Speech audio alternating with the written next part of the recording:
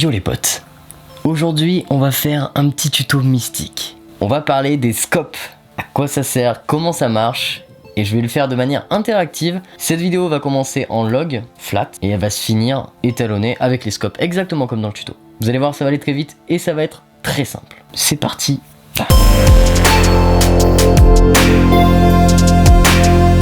Voilà, c'est parti, on est sur DaVinci Resolve, je vais vous présenter les scopes, ça va aller très vite. Tout d'abord, on va commencer par cliquer ici. Sur DaVinci, ils sont là les scopes, on va les ouvrir en plein écran avec ce petit icône là. Hop, on va commencer par cliquer sur la petite flèche et on va attaquer avec le waveform. Pour ça, j'ai pris un rush en log et on va l'étalonner avec les scopes. Tout d'abord, le waveform, qu'est-ce que c'est? C'est un outil qui nous permet de voir notre image de gauche à droite. Donc là, vous pouvez lire l'image de la gauche vers la droite. Donc le pic ici correspond au trait blanc du tableau. Tout ça, c'est son visage et son corps, tout simplement.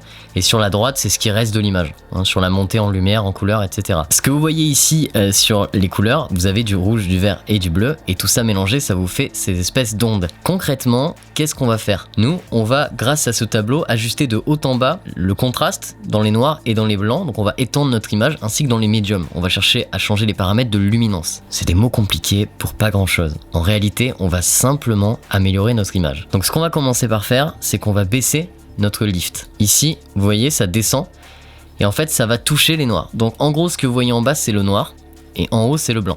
Vous ne devez jamais dépasser la ligne de 0 parce qu'en fait, si vous la dépassez, vous perdez de l'information. Regardez, là, je la dépasse, je perds de l'information. On va rester sur notre pic le plus gros qui est ici, là, et on va le faire toucher.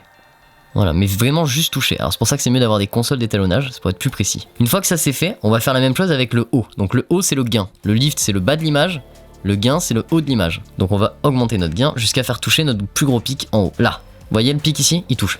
Donc là notre image, comme vous pouvez le voir, avant et après, elle a repris de la dynamique. C'est-à-dire que on voit un peu plus dans les blancs, on voit un peu plus dans les noirs. C'est plus profond, la différence entre le blanc et le noir est plus importante. D'ailleurs, petit tips comme ça, c'est exactement la même chose avec les dynamiques de diaph sur les caméras de cinéma. C'est la même chose. Quand on cherche à parler dynamique, en fait on parle de ça. Plus votre caméra a une grande plage dynamique, plus elle verra dans les noirs, plus elle verra dans les blancs, du coup plus vous aurez un truc de ouf à l'étalonnage. T'as compris quoi?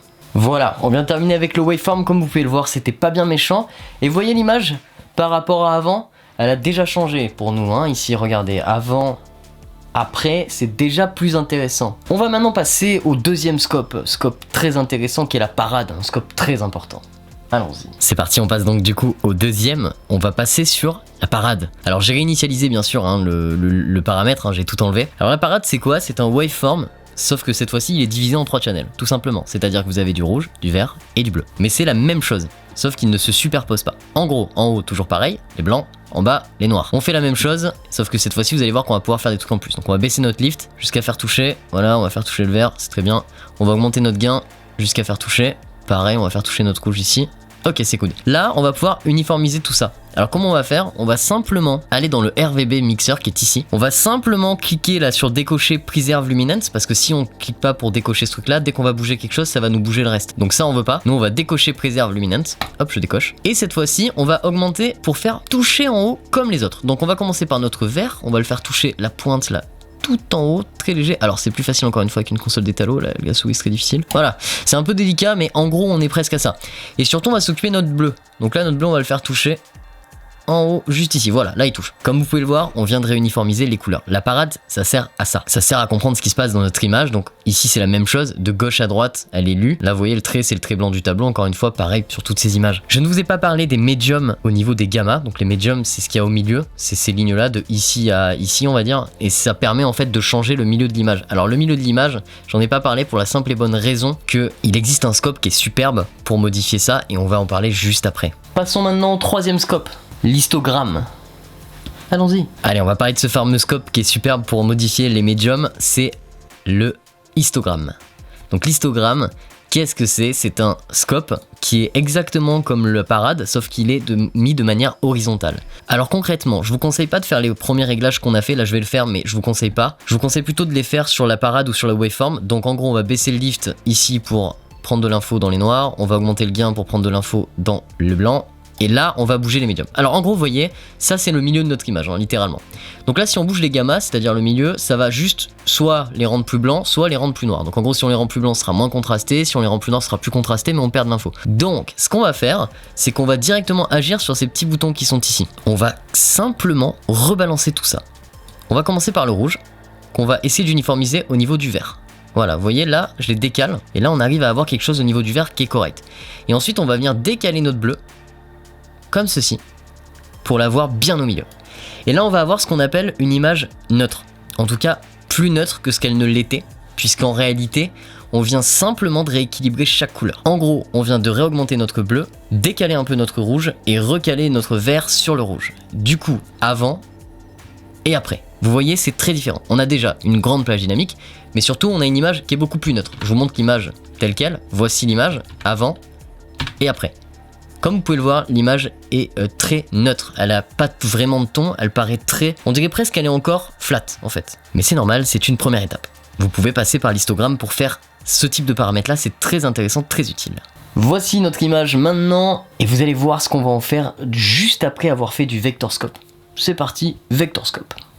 On va passer au dernier scope et l'un des plus importants, et pour ça cette fois-ci je vais juste garder ce que j'ai déjà fait en ajoutant simplement un node ici. Donc je vais appuyer sur Alt S, voilà, je vais rajouter un node, et là on va aller dans un autre scope qui s'appelle le vectorscope. Celui-là il est très connu et il fait peur. Ce scope là est l'un des plus cool qui existent. Pourquoi? Parce qu'en fait cette roue c'est une roue chromatique comme vous pouvez le voir. Donc ici vous avez le rouge, ici le jaune, ici le vert, ici le cyan, ici le bleu, etc. Bon là c'est les magentas, rouges, enfin bref. Tout ça c'est toutes les couleurs qui sont autour de la roue. Alors concrètement, au milieu on peut voir un point là, vous voyez, un point avec de la fumée, on dirait de la fumée blanche. Ce que je vais faire c'est que pour vous montrer et pour vous expliquer directement, voici ce qui se passe quand on va modifier une couleur. Donc là par exemple ici je vais donner dans le lift une forme à l'image, une forme de couleur.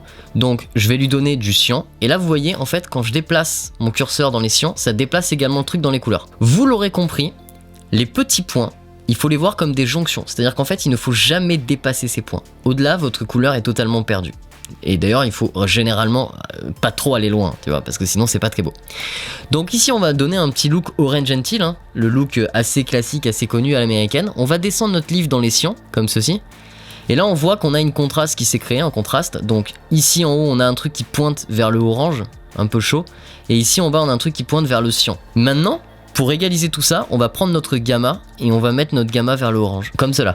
Et du coup, en fait, on a un truc qui va se ressembler pas trop mal. Bien sûr, pour finir, on va saturer tout ça. Donc ici, l'idéalement, c'est de saturer à fond, dans mon cas, et de modifier un petit peu mon gamma. Donc là, je vois que mon gamma est un peu trop, et je vais le descendre un peu. Et voilà, là, j'ai quelque chose qui est à peu près correct. Alors là, ici, j'ai un truc qui est vachement dispersé, donc au niveau du cyan et du vert, hein, ça touche presque le vert, mais c'est normal, c'est parce que j'ai un tableau derrière, et pour conserver sa couleur, je préfère ne pas le rendre plus bleu. Voici du coup à quoi sert le vectorscope. Ça vous permet tout simplement de vous situer au niveau de votre saturation et de l'énergie de votre image. Bien sûr, on parle de pure couleur, ici, on parle plus du tout de dynamique entre le blanc et le noir, on parle vraiment de saturation et de cercle chromatique, les cercles qui sont ici même. N'oubliez pas que si vous filmez en log, il est préférable de le faire avec l'outil de log parce qu'il est plus précis. Je vais vous montrer l'image en plein écran. Voici l'image avant, voici l'image après. Vous voyez, on est passé de la neutralité tout équilibré en rouge, vert, bleu à ça grâce à notre histogramme, puis grâce à notre vectorscope. Et voilà mon pote, t'as vu ça, c'est carrément mystique. Les vectorscopes, c'est hyper cool. Voilà notre look. Du coup maintenant, voici comment il était avant, regardez. Et c'est super stylé, putain. En fait, ce qui est stylé, c'est pas tellement la couleur qu'on donne à l'image ou pas. Ce qui est stylé, c'est de savoir se servir de ces scopes. J'espère que cette vidéo vous aura appris pas mal de choses et que maintenant vous savez vous servir correctement des scopes. Bien sûr, tout ce que je vous expliquais là n'est qu'explication scientifique. Quand on choisit de faire vraiment de l'artistique, on se doit de pas forcément suivre ces paramètres là. Mais n'oubliez quand même pas de faire attention aux couleurs que l'on perd, qui sont cramées et qui ne sont pas du tout exploitables. Grâce au scope, maintenant vous savez comment faire tout ça. Les amis, je vous remercie d'avoir suivi cette vidéo, j'espère qu'elle vous a plu. Si c'est le cas, mettez un pouce bleu, c'est très important pour le référencement. Et surtout, n'hésitez pas à commenter, donner des idées si vous avez envie de voir une vidéo particulière. Bien sûr, je vous retrouve très vite pour une nouvelle vidéo. N'oubliez pas qu'on est en challenge pour les 5000 abonnés pour la fin de l'année. Et voilà, je n'ai rien de plus à vous dire. Je vous souhaite une excellente journée. Merci à tous et à bientôt.